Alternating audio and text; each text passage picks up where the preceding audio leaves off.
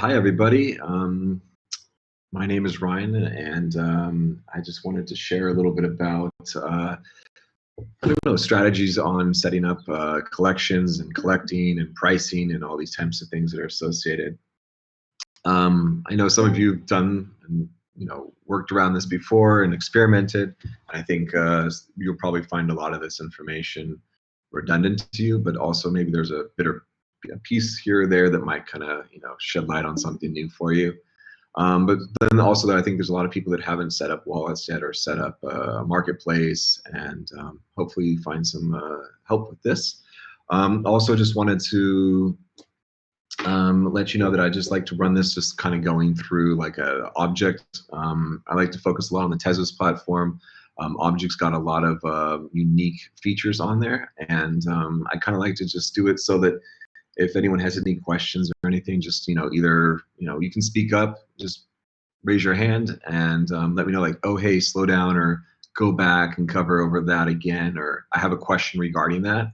So feel free to like interrupt anytime. Raise your hand.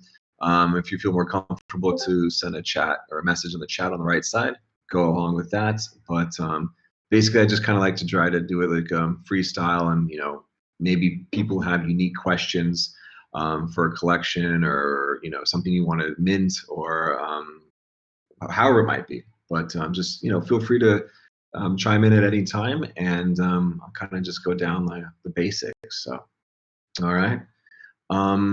Any particular questions anyone has, just to start off, so I know, like maybe something particular that someone's looking to try to achieve, or if you have a collection that you have a question about. Anyone have any questions like that just before I get going? I'll hang on for a second to see if anyone types anything in. All right, I guess it seems like we're ready to go. Okay, so everyone can see the screen, I think, right? So I'm just going to start off here on object. I'm sure a lot of you are familiar with this. If not, object is, I'd say, the largest marketplace for NFTs on the Tezos blockchain. Used to be, the first one that got started was actually called Hicton Nook, which unfortunately moved away, and now we have object.com, which is the go-to place. So you can reference everything on here. As you just see, this is like the homepage here. These are the daily curated ones that they have curated. You can kind of see under the hot collections what's selling in the last 24 hours. Then they have a link to their Object One, which is their subsidiary that basically focuses on one-of-ones, so no additions. One thing to note is that Hicton Nook and Object, we're basically introducing the collections or the multiple additions into the ecosystem. Kind of one of the first things that they brought to the table that I think was really helpful. Yeah, we'll have some auctions that are going on. We can talk about auctions as well. And yeah, I think that's, and you have your top sales down here and top creators, recently listed objects, recently minted, but just gives you a full breadth of like tools and options. Just to kind of like get used to it, once you set up, you can set up your profile. Here's mine. You can have your picture located here on the left side. You can upload that. You can go onto the Tezos ecosystem. I believe it's Bacon Bad now, and TZ profiles to set it up. If you want to get a Tezos address, like I have nftcollective.tez, you can also do that. So something like this, you go to TZ domains, and TZ domains will come up, and you can then type in and find out, whatever it might be. So let's say VCA. Let's see, I think they got it. So actually, someone has VCA can get registered for 100 Tezos, so it is available. So you can just kind of type in whatever your handle might be, or a name that you like to associate with yourself, and purchase that. So this will basically redirect anyone to your wallet address. Once you register it, you can then have it linked. Go into your TZ profile here, TZ profiles, and then you can set up your TZ profile where you basically will then, connect your wallet. You attach your social media handles that you wish, or email, a little bit of a bio, a profile picture, and then that will then be referenced back into your object profile. And the same thing goes for other marketplaces such as Vesum. I think Vesum actually does it through their marketplace, and so does FX Hash. So here, I'll drop the links for these into the chat just so that everyone has it.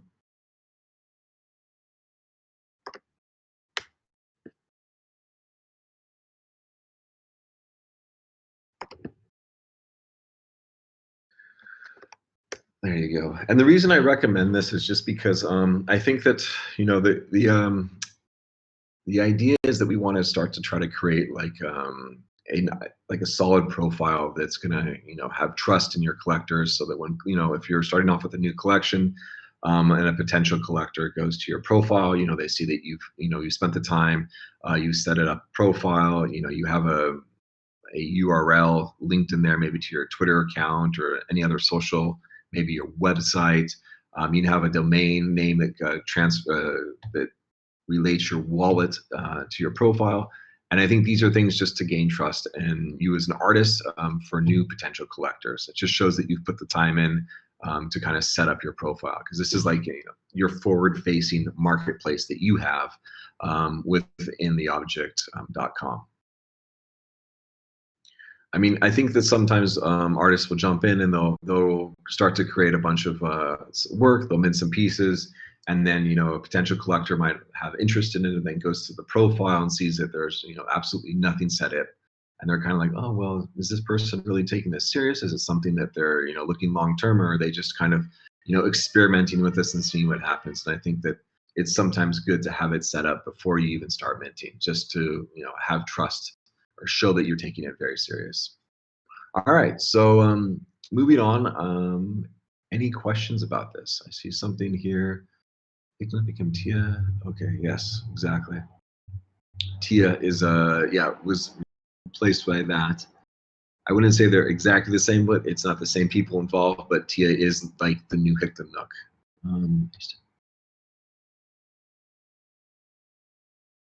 Oh yeah, I hear you. I'm reading about this happens all the time. I tend to try to renew them for as possible, just so that we don't lose them. I think it's happened to all of us once or twice before, unfortunately. But yeah, any more questions or comments around the domains? All right, so let's move on. So I like to go to Manuel Williams here. Hold on one second. Got someone at the door. I gotta grab it.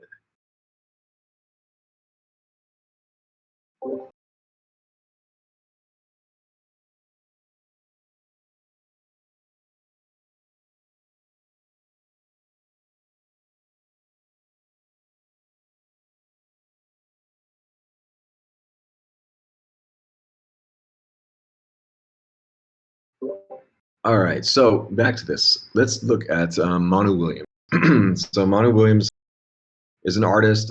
She specializes in a lot of GAN work, and I think it's a great.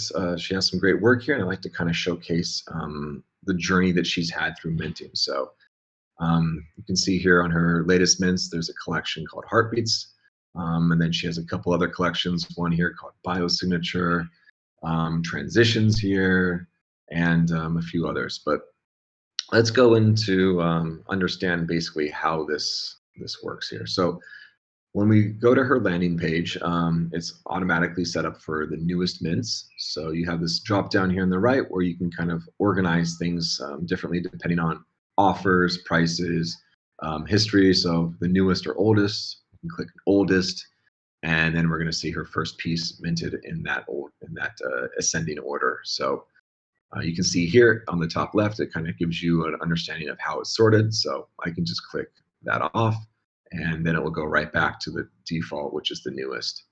On the right side, you have a couple options with how to view it. So you can make them larger. We can do this, sizing that basically will then fit the format of whatever the NFT is. So this is a landscape, so it's kind of fitting that direction. We've got a portrait and then a few squares. And then this tab here lets us turn on and off all of the information, like the price and the name of the title. So you kind of get a nice like picture view of all the artwork. So let's go back. You've got your search bar here, and then you have the detailed criteria if you really want to get into. So, searching unique pieces for, maybe you're looking for one, I don't know, tags that they might have, or content, or maybe there's different collections. All the different collections that they have are on here on the side. So going back to that transitional, there you have those here. All pretty straightforward. You can see the history. So this kind of shows you all the historical metadata that's associated, or data that's associated with the collection in this wallet, or the collections in this wallet. You can see that there's one edition from one of the first pieces just sold quite recently.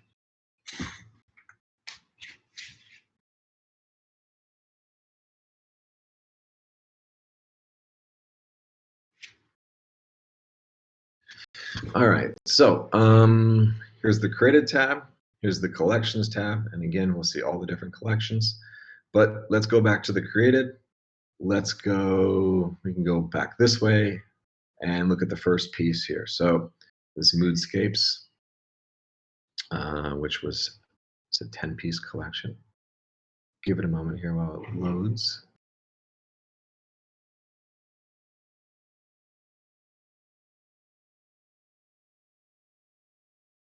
All right, so let's go into the history. All right, so I think there's a lot of detailed information here that's kind of nice and helps to understand a collection. This is a lot of things that collectors are going to look at to kind of say, okay, how was this originally created? So we can see here on the timeline, on the dates, the 2nd of August in 2022, she minted 10 pieces, listed them for 2 Tezos each, and you can see all the sales here. So every time there's a sale, there's a transfer.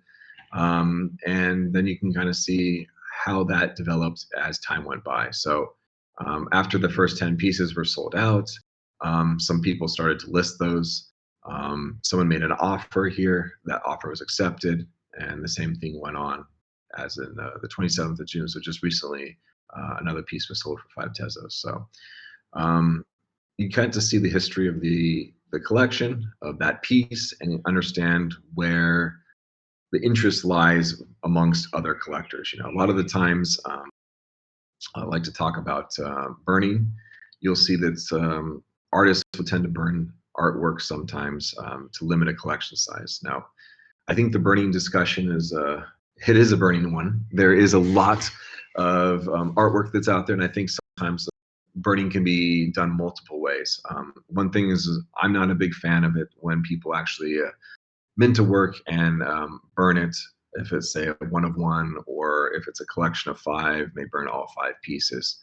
I think that the artists spend a lot of time in a piece of artwork, and if it's something that you really feel connected to and you decide to mint it, you should mint it, even if it doesn't sell out. I don't think there's a reason to really burn it.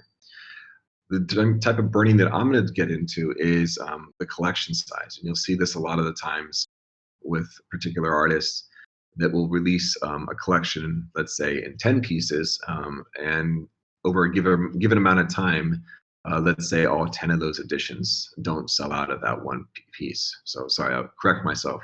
They'll mint 1 piece with 10 editions, okay? So let's see here. I'm trying to find one scenario. This was the case. So here we go. This is a perfect example here of this piece. So this piece, there's 10 editions of it, and when she originally minted it, there was 20. She minted 20 pieces and listed 4 of them for sale at 4 Tezos. And then afterwards, you can see that she wasn't, I guess, hadn't sold the rest of them, listed them for 4 Tezos, the other remaining ones here. Okay, so she hadn't basically pieces in that collection. And maybe she released something on her social. Maybe she just decided to do it to, lower the collection or the edition size for the people that had decided to collect early on. But either way, she decided to burn the 10 pieces out of the remaining 20, or there was 20 pieces there, and she decided to burn 10 of them. So I think 4 of them had sold. But anyways, the idea here is to kind of like limit the collection size to the people that are, you know, first comers to support her and her artwork, which makes it actually more valuable to them who collected beforehand. So it's a really common thing you see a lot of times. I think this type of burning, from my perspective, is I think it's nice. It's not a bad scenario. You're not removing the art altogether. It's just burning unminted pieces from an edition. And in the end, it kind of gives a little more value to the artwork in the end for the people who did decide to collect it. And at the same time, it gives more value to the pieces that are unsold. So it's making the collection or the edition size smaller, which is then valuing the pieces more. I think this is a really good technique to use. And you'll notice something, I think that most collectors are more than happy to see this being used, just to the fact that it, you know, makes pieces more rare, for one, and also kind of gives a nod or a tip of the hat to people who decided to collect early on. There are particular artists who will publicly announce this. I know many that say, okay, I'm minting 10 pieces. Everything that's not minted out, or sorry, I'm minting 10 editions. Everything that's not minted out of that edition after 1 week, I will burn the remaining ones. So you'll see that most of their editions start off as 10. After the week goes past, then they will burn the remaining ones that are unsold. So 3, 4, 2, who knows, maybe there's even 9. But it's something that's, I think, kind of like a gift, or not a gift, but showing that you have interest for the people who are collecting it. Let's see, any questions, comments? I know I'm talking a lot. It's kind of technical stuff that's not so exciting, but please feel free to speak up or let me know. Or I'll ask this: have any of you ever thought about burning pieces? I think this is a kind of a topic that gets a lot of pushback sometimes. A lot of times people are kind of like, oh, I don't want to do this. I just kind of want to bring that up and get your opinions and see what you're thinking about this. Let's see, everyone's typing now. See, this is the pressing question. This one usually, rightfully so, though, in my opinion. Okay, so Yvonne actually has done that exactly. All right. So Dave says the same. I burn unsold parts of editions after a period of time. Emily says, hopefully to hear your ideas around burning. Okay.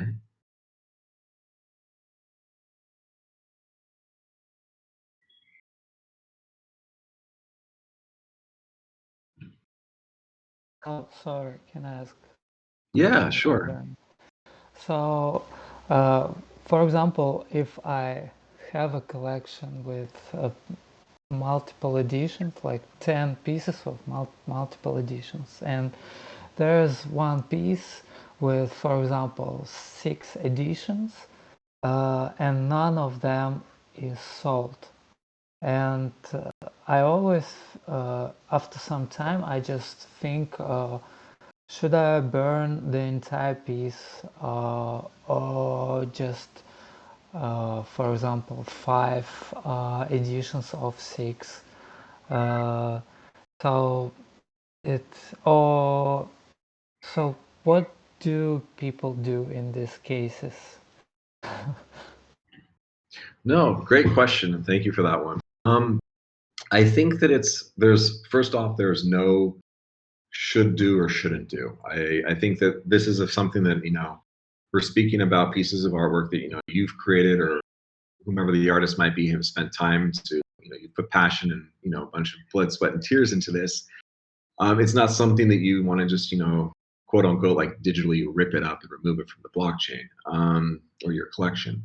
I think it's something that you have to think about and get an understanding of how you feel about that artwork. Is it if it's something you're passionate about, if it's something that you really connect with, I think it's worth keeping it there. I'm talking about burning entirely right now, meaning burning from yours. I think your example was 6 editions, none of them get sold. And the question is, do you burn 5 or do you burn the entire NFT? And most of the time, I would say 99.9% of the time, I would say do not burn the entire NFT. Just because, like I said, I think it's something that you spent the time on, you connected to it, it's a part of you as an artist. And just because maybe there wasn't someone who decided to collect it in the first, couple months, doesn't mean anything. There could be that one collector, that one person that comes by and really connects to it. And it would be a shame if it's something that you felt connected to and you remove for your collection just because it didn't sell immediately. I mean, I think that's, it's tough. We're all putting ourselves out there as creatives. And when we, have something that maybe we really resonate with and then it doesn't sell immediately, might be a little bit difficult to deal with. But at the same time, I think that that's part of the creative process. And it's about showing this. And a lot of the times I'll notice that specific artists will, they'll start off and they'll mint a lot and you'll see their growth through as an artist, and I think that's a beautiful thing. And a lot of the times it's from my perspective really good to show that. And you'll see like a lot of artists, they're going to start off and price their works maybe too high at the beginning, they don't sell. But later on they catch on and the traction's there, and then a lot of collectors will start to go back and find a lot of interest in their original pieces because now they see that period, that growth period, or that artistic development, or how they changed a style or whatever it might be. And this is, I think, part of just expressing yourself and expressing the way that your journey has been as a creative. And maybe there's things that link back to socials, or maybe there's things that lead back to previous projects that you had done, and how the older work is tied to that and people didn't realize that at the beginning.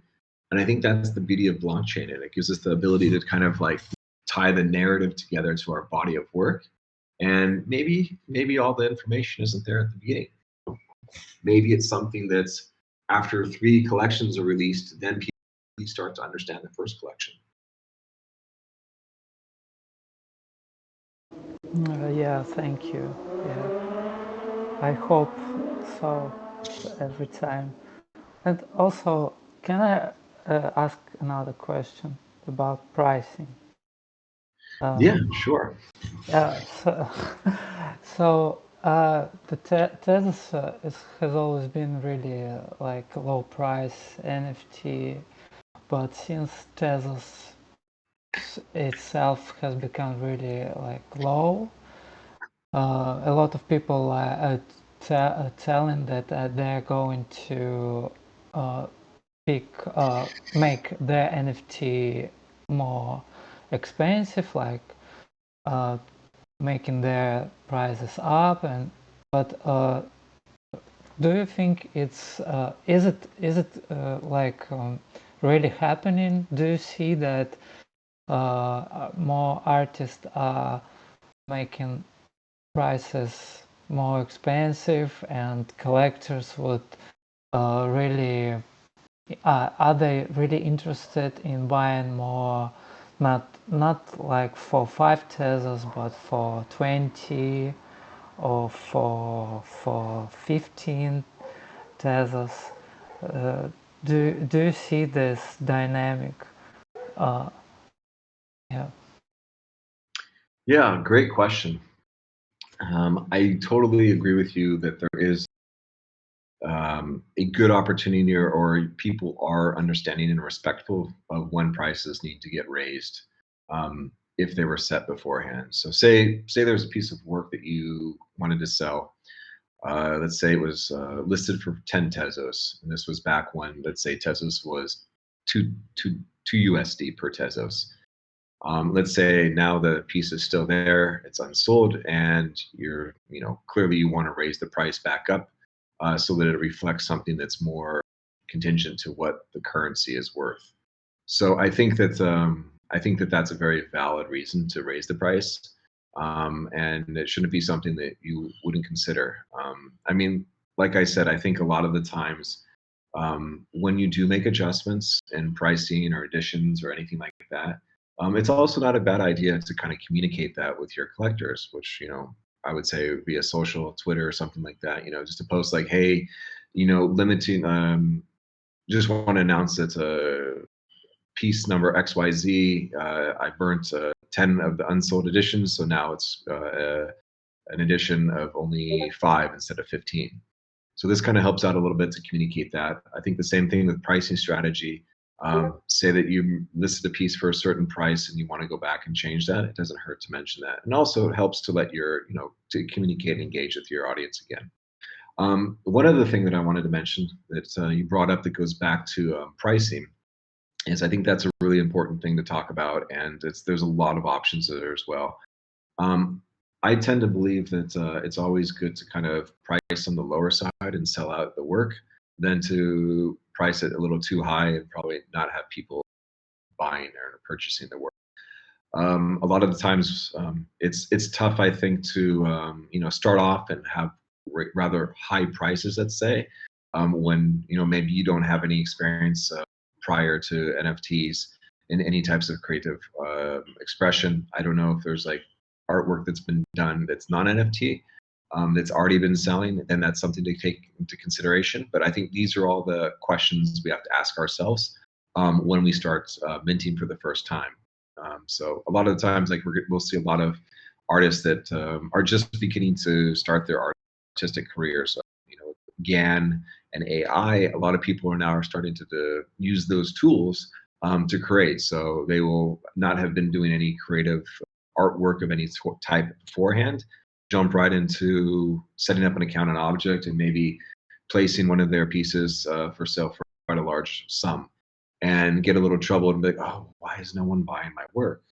And I think it's that sometimes in this scenario, it really helps to price rather low, and think about maybe starting off and breaking it down into like editions, in varying size, maybe 100 edition piece, a 50 edition piece, a 20 edition piece, a 10 edition piece, and then maybe like a one of one.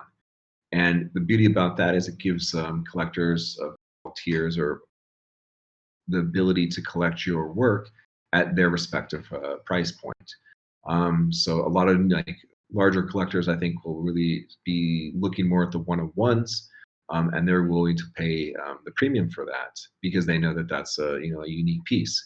Whereas people who are just kind of getting in might want to collect one of the lower price pieces. So I think that that's a really good technique to use when getting started. If on the other side, let's say you've got quite an extensive art career that's prior to NFTs, you've been exhibiting in galleries and selling works, maybe you have a gallery or something like this that's representing you, then I would say it's probably not to your good to start off by selling pieces, a few Tezos here and there. But I think these are all the kind of the questions that really, you have to ask yourself and say, where do I stand in this place? Where do I want to go? And also, it's a question of like, what do you need? If it's something that like this is you're really relying on this as a source of income, then you have to ask yourself, what is the price that you can, or what is the price that you can price your work at, so that you can survive. So I think that there's a multitude of questions that we have to ask ourselves. There's no right or wrong, and there's no like say manual on how to figure it out. More like a trial and error, and also spend some time researching. Like going back to the example here, Manu, you'll see that there's, she kind of has priced some of her pieces maybe too high, minted too many at too high of a price, and then she went back and adjusted.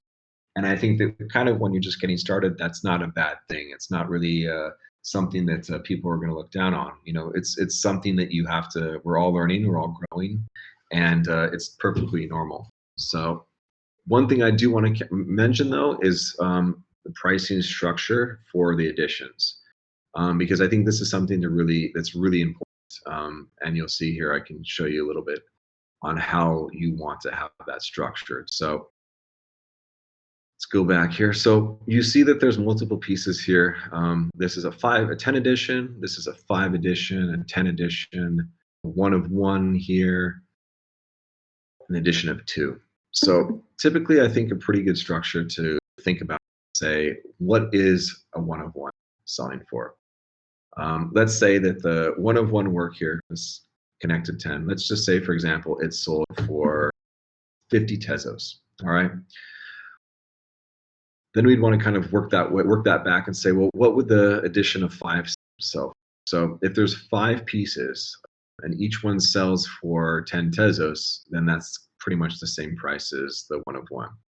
That would be like a one. That would be like an equal 1-to-1 ratio for both. Maybe you want to say, well, the one of one is is a unique addition, so the value of that is more. So maybe the one of one is 100 tezos, and then the 5 edition is maybe 10 or 15 tezos each, or inverse.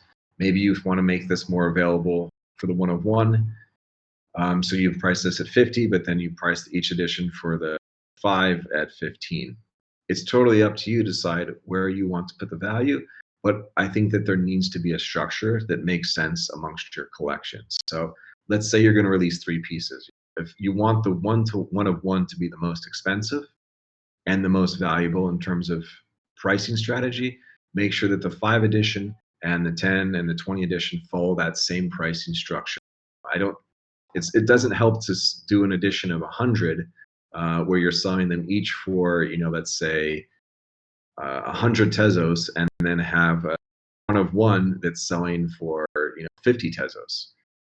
People, when you have a collector, they're going to look at it and be like, why are the 100 editions more than the one?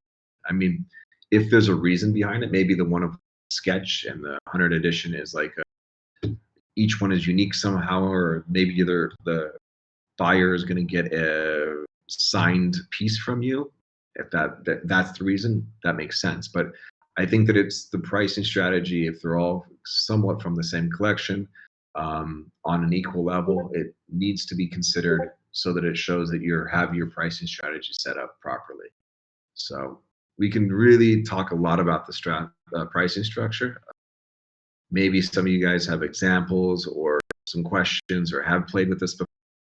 What your take is. I don't know. I would be really curious to say or hear from you what you think, like what's a good pricing structure if you're going to start releasing stuff for the first time. I see there's a few questions here that I missed as well.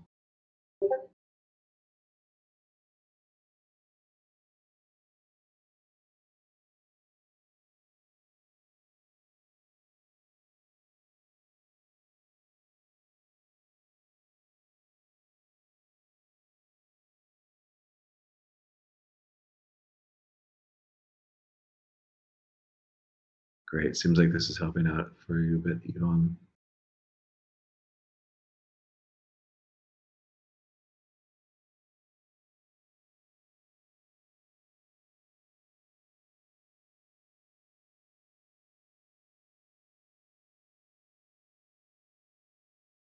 Okay, Espinoza mentions some good things here about scarcity. I mean, scarcity is it is a discussion of collector. You do mention one thing is that the art is available for everybody to see for free anywhere, which is I think the beauty of it. It's something different from the traditional art world where people who do own a piece, once they purchase it, maybe it goes hidden forever and no one sees it again. So it's a good question to ask, and I think it's a deeper question that asks, what is the differentiation between crypto art collecting versus the traditional art collecting? And I think that's the beauty, is that the work is always visible, even if the owner decides not to do anything with it.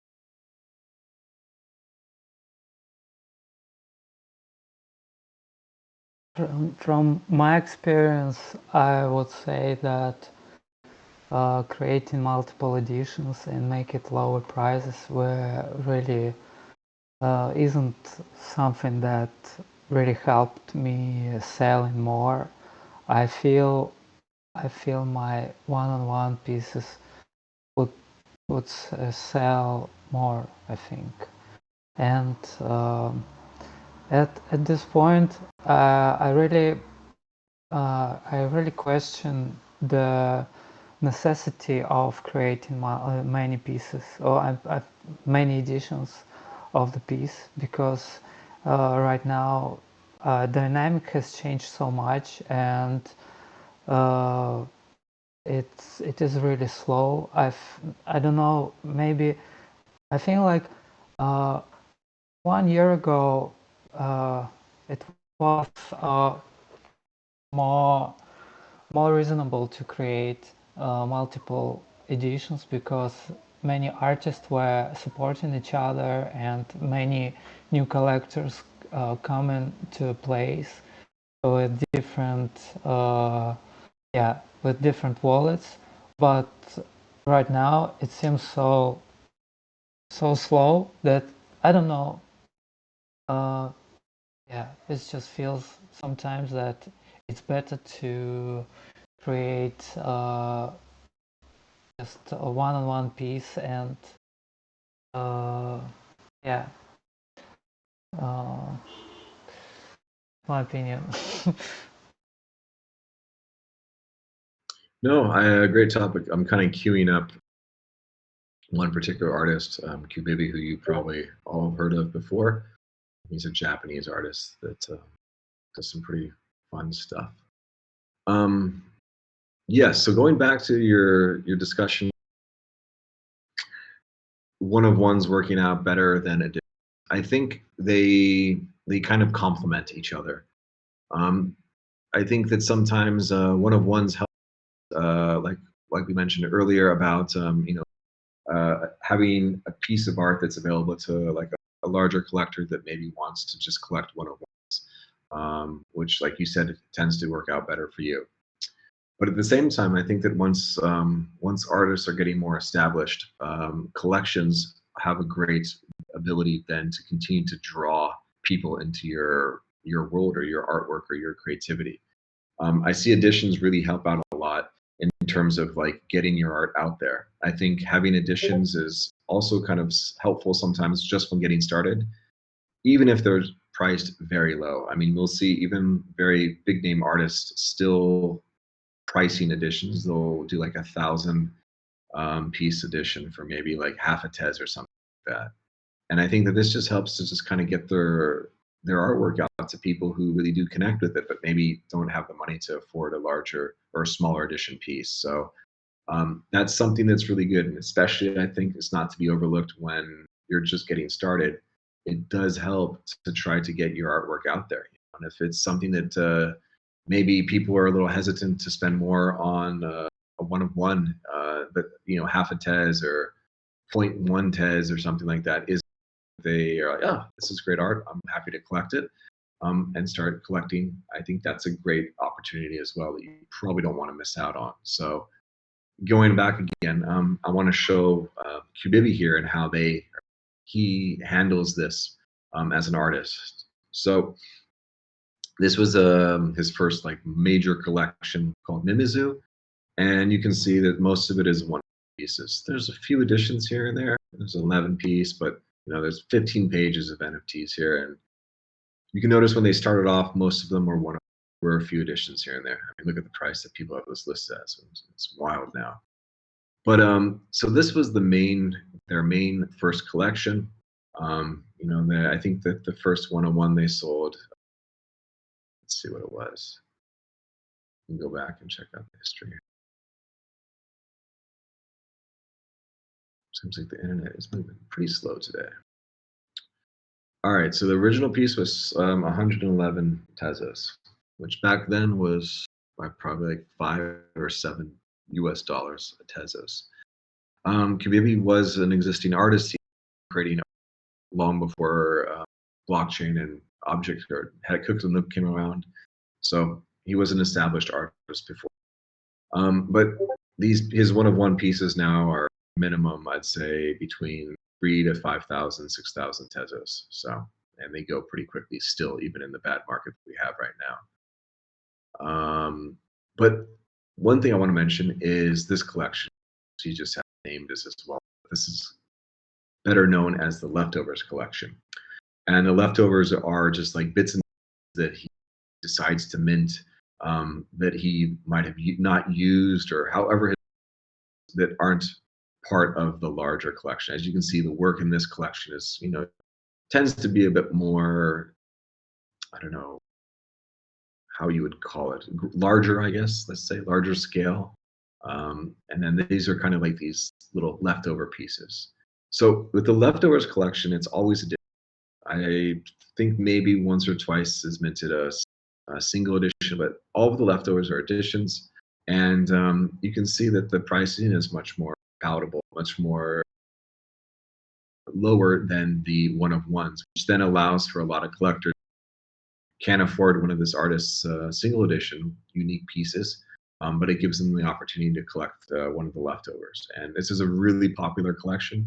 I think it's an incredible artist, and for him to be offering pieces of from his creative portfolio at a price point like this is really special. And I think that this is probably generating an equal amount of income, maybe even more than the larger pieces now. So I think that it's a great solution.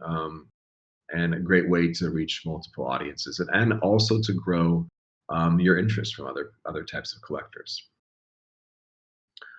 All right, I see there's a couple messages here that I missed. I'm going to catch up on this.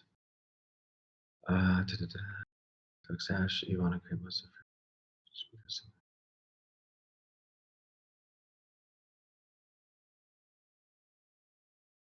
okay, so Yvonne's talking about animation valuable. I think that it depends on this is a very hard topic to discuss because I think it's hard to say, is it the time that goes in, because a photographer will say, well, when they create an image, it literally just takes the time that they snap that shot, then to the editing.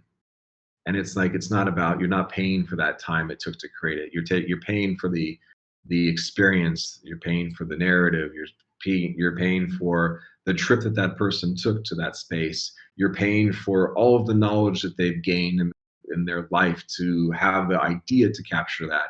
So it's really, really hard, in my opinion, to say that type of work is more or less valuable than that. There's artists that sell. You can go to the Boris collection here and look at an artist that literally scratches one scratch down a huge canvas, and it sells for hundreds of thousands of dollars because there's a lot more behind that scratch. That scratch represents multiple things.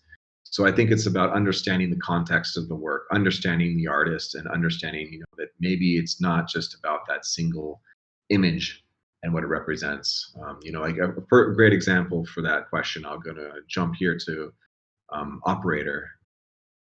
I'm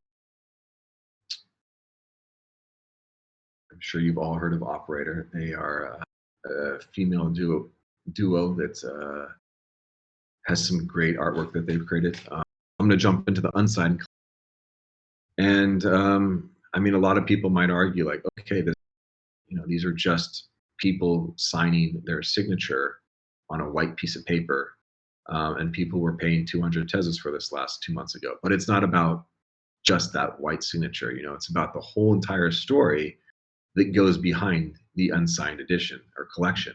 So I think that it's hard to say, is this more or less valuable than someone who spent 3 months on building a 3D file in Blender, finding the shaders, going in and animating, and then minting it and selling it for X amount of price. It's really difficult to compare in that moment. So I think it's more about understanding the amount of context that's behind it, and also as a creative, like what is the value that has to you. Ultimately, I think that's the big question: is how much is that work valuable to you as the creator? I hope I answered that or gave a little bit of insight. I know it's a really touchy topic, but I think it's something that's very important, because it's really difficult to be a creative and be comparing yourself to other people that you say, oh, well, they just did that one quick thing and then it sold for 100 times more than what I did. There's a lot more behind it. All right.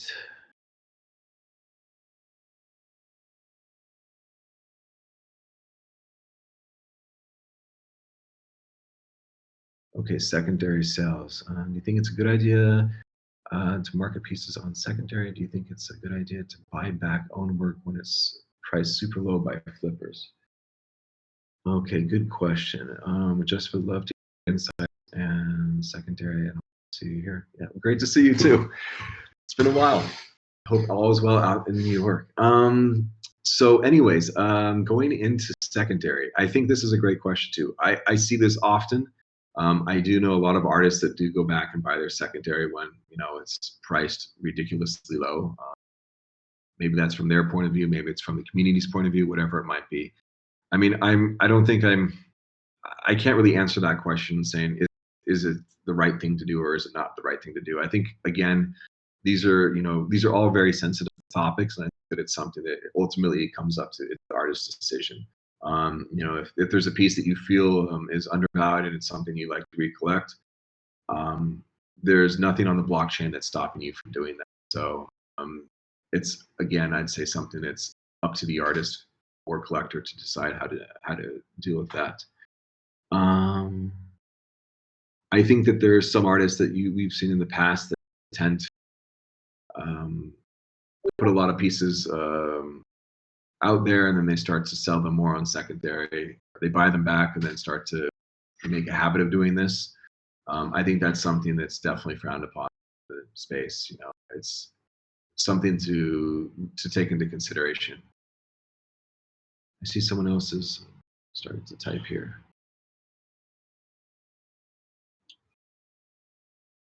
I've got another message coming.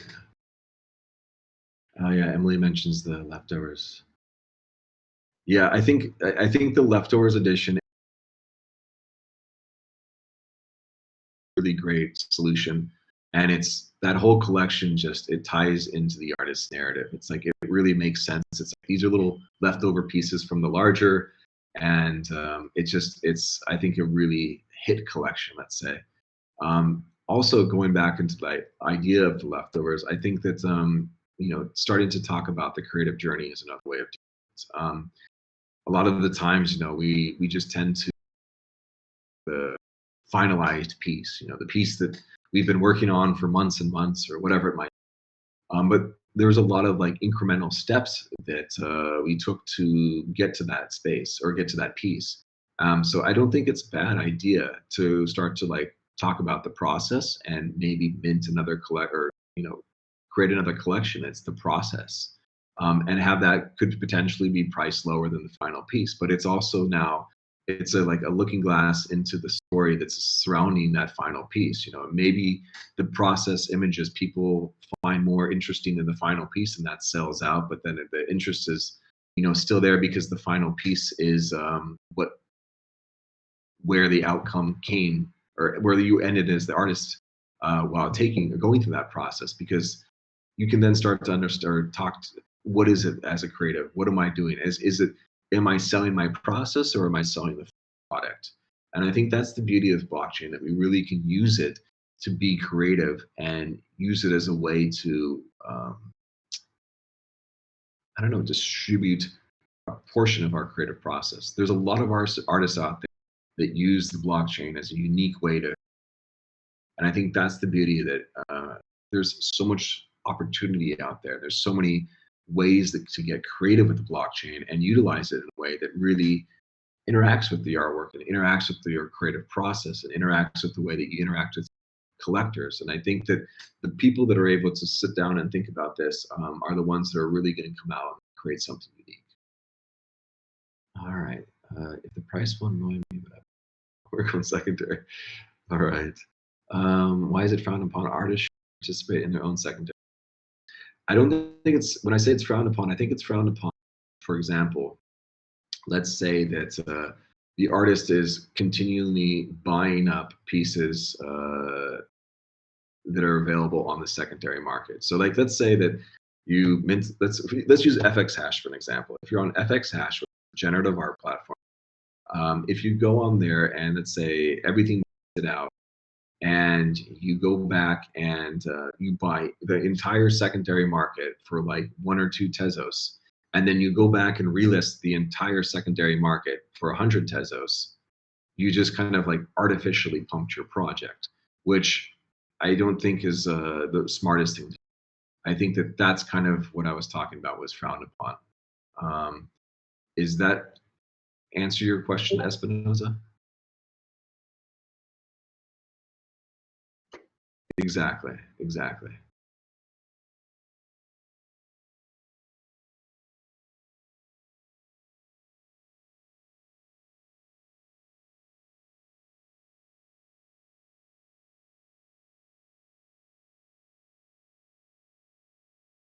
Let's see if they're still typing there. Any other questions or particular opinions or comments you have kind of surrounding maybe your collection or a project that you want to start on or a platform that you're interested in?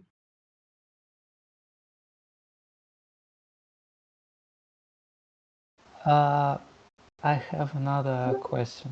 Sorry if I have a lot of questions, maybe too much. No, that's what we're here for. Ask away. Okay.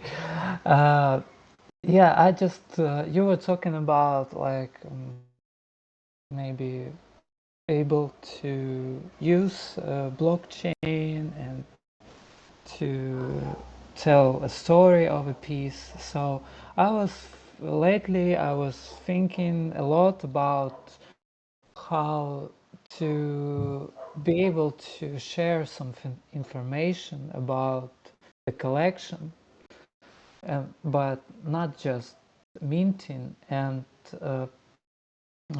minting pieces and creating a description to it, but also maybe adding some additional piece to the collection that wouldn't be a piece for like a piece of work, but will be a token with a description of a collection, like maybe PDF file or maybe HTML file. And I also tried to add HTML description inside my generative pieces. I don't know, I didn't have any feedback on that. It feels like nobody read it, but yeah, but what do you think of this this kind of approach to tell the process or story of the collection or series? Maybe you've seen some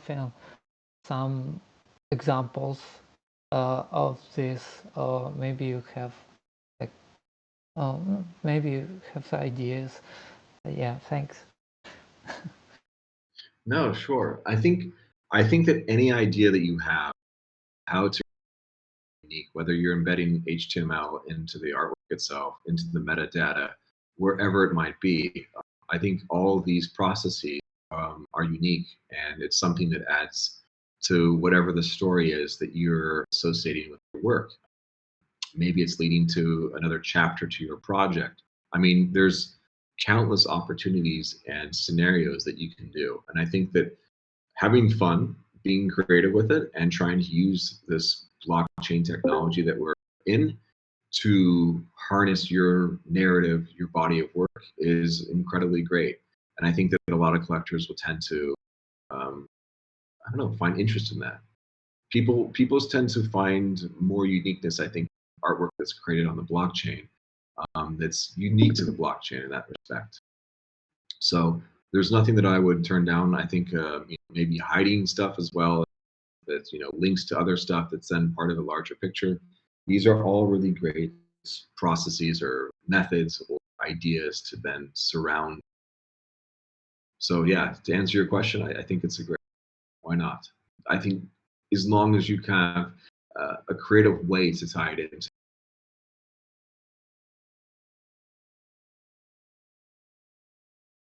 Okay, I mentioned some ETH questions here. Okay, foundation.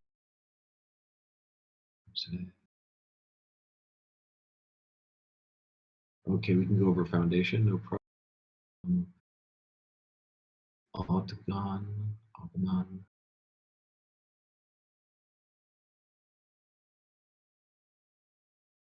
Gotcha. Okay, so price comparison against chains, 20% lower on ETH. Yeah. Tough question to answer, I'd say. You see there's a fluctuation always in Tezos and ETH. Going back to our discussion earlier about pricing, what is the textbook say? I don't know. It's hard to say exactly. Yes, I think that artwork on ETH should be priced potentially more than what's on Tezos. I think that you need to keep in mind also like the same pricing strategy wise. But good question is, yes, I think the Ethereum blockchain tends to gather larger price points than on Tezos. So in my opinion, I would agree with pricing things higher on Ethereum. The percentage cut, I can't answer that. The difference, 20%. That's a good place to start, I'd say. Foundation. All right, we can top off the foundation. I mean, I would say for foundation, most all of the things said apply there as well. It's going to pretty much be the same. There's a lot of let's say different type of artwork. They also the auction from foundation. I must say I'm not as well. I don't spend much time on foundation. I don't even think I've ever collected a piece from foundation. So I spend much more time on Tezos ecosystem. But let's go in here. Are there any specific questions that you have about foundation? Yeah.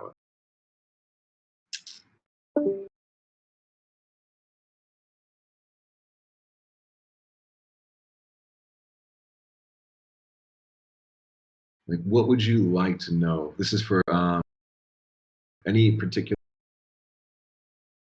If I'm not mistaken, I believe foundation apply to sell artwork on it. I think they've changed that now and pretty much open to anyone to mint. I do know that it's a very highly respected ETH platform. I believe they do allow additions now. I think when they first started off, it was just one of ones. Yeah, I'm just looking at this collection here. I mean, it's pretty much the same. Like I said, you have your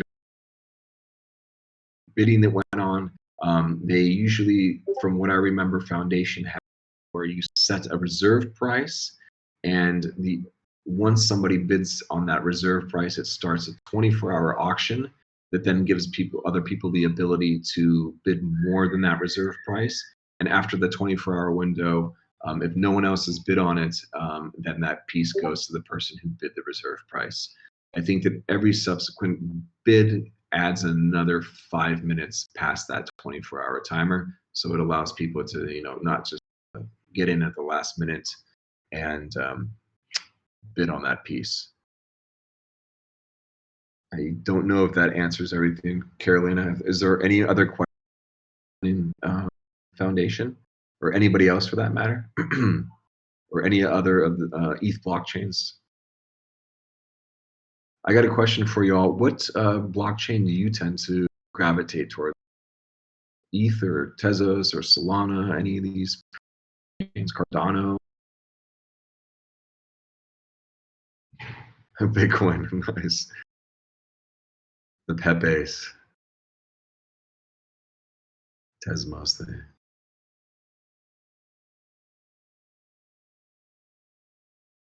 Tezos has some nice sinking ship. Okay, Yvonne's mostly on ETH. David's mostly on Tezos. It seems like Tezos sold ETH. Oh, yeah, Solana, of course. Yeah, Carolina's only done ETH. Okay. Excuse me, also one more question. If we talk about Ethereum, do you know what's going on Zora right now? Like they have this L2 feature and everybody is talking about it, but I don't understand what it means. Like I see people posting that they have like really low gas price there, but it's still on Ethereum. So do you know anything about it? I'm not familiar exactly with what you're speaking of, but I can assume that potentially they're working on Polygon. Maybe Polygon is what's allowing people to then have the lower prices or gas prices than the Ethereum blockchain. That could be my guess. but I'm not very familiar with what Zora has been doing recently.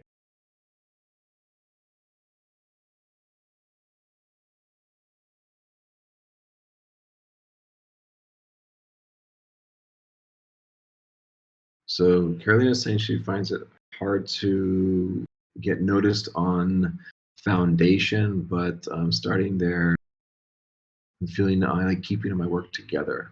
Isn't that stupid? I don't think so. I mean, it's I think it's we can't rely 100% on a blockchain, or sorry, on a platform to promote our work. I think it's also like we need to promote ourselves on whatever way it is. If it's whatever creative method you can think of, if it's social, if it's I don't know, doing good in the neighborhood, if it's publications, if it's writing, if it's getting media attention, whatever it might be, if it's doing I don't know, activism, whatever type of method it is to get attention to your work, or if it's just remaining completely silent and doing something like I don't know, thinking of some creative way to gather information around your body of work.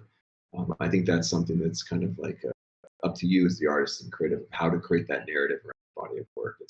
It's important. I mean, it's something that's unique, I think, and I think that there's a lot of artists in this world that have thought of pretty unique ways to quote unquote market themselves. Sorry to add to.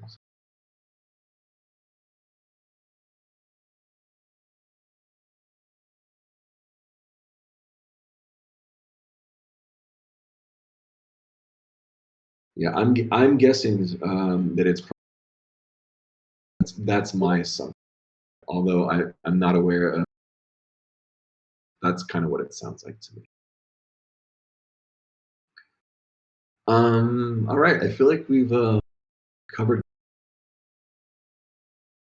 And I hope it's helped you guys out here and there. I'm not sure if there's any more questions. Any other you'd like me to go over? And like I said, I'm super happy to answer anything that might be, I don't know, linked to a particular collection that you have, or question about a potential collection that you want to create. Um, Anything else that might come through your minds, feel free to ask away. And also, you can use the speaker microphone function too if you want to speak about it.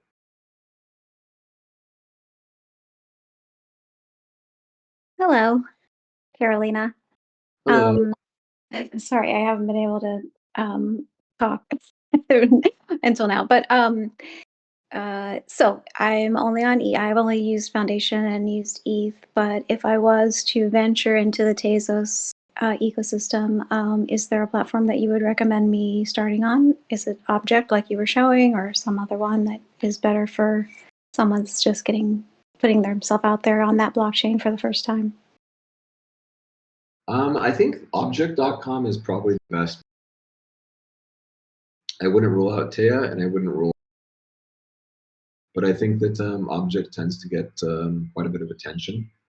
You see, I would say, excuse me, it's definitely the largest Tezos marketplace, and it's quite nice that it also references platforms like such as FX Hash, Edit Art, a bunch of all other smaller platforms. So it's kind of like it's, I would say, something that gathers all of the Tezos block, presumes is also referenced on there.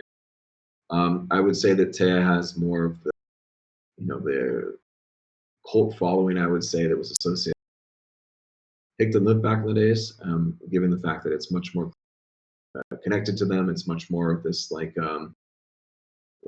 I mean, not getting into too much of like the backstory behind it all, but I think it's the people that really connected strongly with Hickton Nook, which were the ones who pretty much started everything. And I think that's kind of like the network of people that tend to be there. Also, if I'm not mistaken, I think they take a substantial amount less from secondary and primary. So, yeah, if that's something big on your list, I think maybe too. Today is great. I think that's great what they do over there. Cool. Thank you. And then here's another question. Is there ever going to be a world where, say I release something on Tezos and somebody is only using ETH or something and they can buy it on secondary with a different currency, or are these things always going to remain like, segmented this way, or are we eventually going to have like, exchanges of cryptocurrencies that it's easy to, just purchase with whatever's in your wallet or something? Or is this also like an impossibility? Or I don't know if I don't understand the technology well enough to understand what's possible. No, I think it's very possible, and it's so if you go into object, you all NFTs with Ethereum and a credit card for that matter. So these things are already starting to happen. We'll start to see much more of this in the future.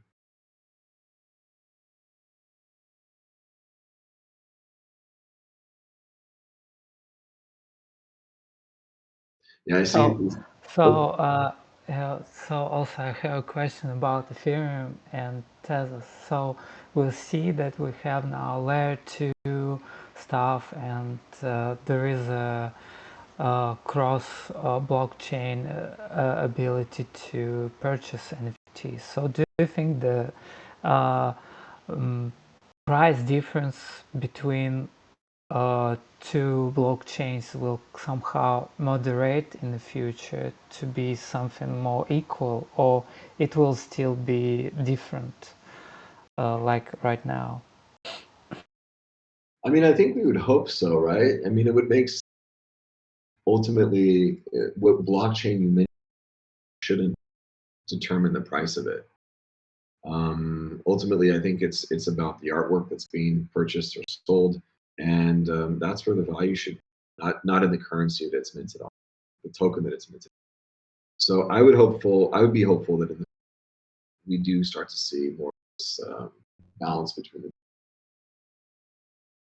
Whether that happens or not, it's not up to me. We'll have to see.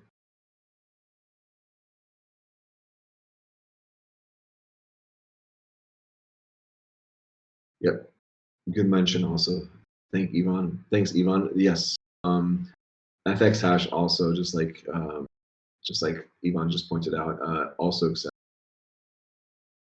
So yeah, we're starting to see a lot more of the Tezos.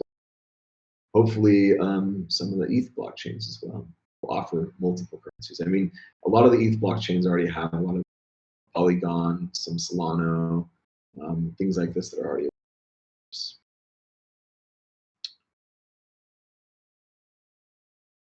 All right, how is everyone doing? Any more? I'm sure you've all had enough marketplace and pricing strategy. I mean, it's not the funnest topic. I mean, most of you probably want to get back to work and creating some incredible work, and not have to think about how do we structure it, how do we price it, all that kind of. But yeah, I mean, I'd say if anyone's got any more questions, I'm just more than happy to answer or address them. But I think that kind of wraps everything up.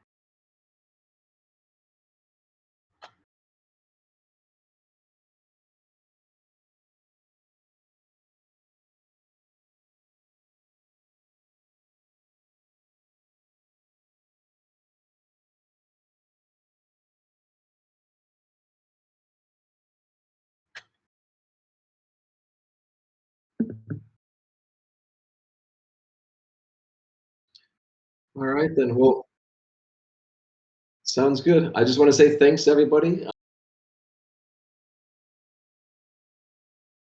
And most of all, yeah, thank you. I mean, I hope you guys are enjoying the residency. You guys are all in a pretty special place to be here, and have the attention you have for the team is incredible. And I'm really excited to help them out with whatever they need. So have fun.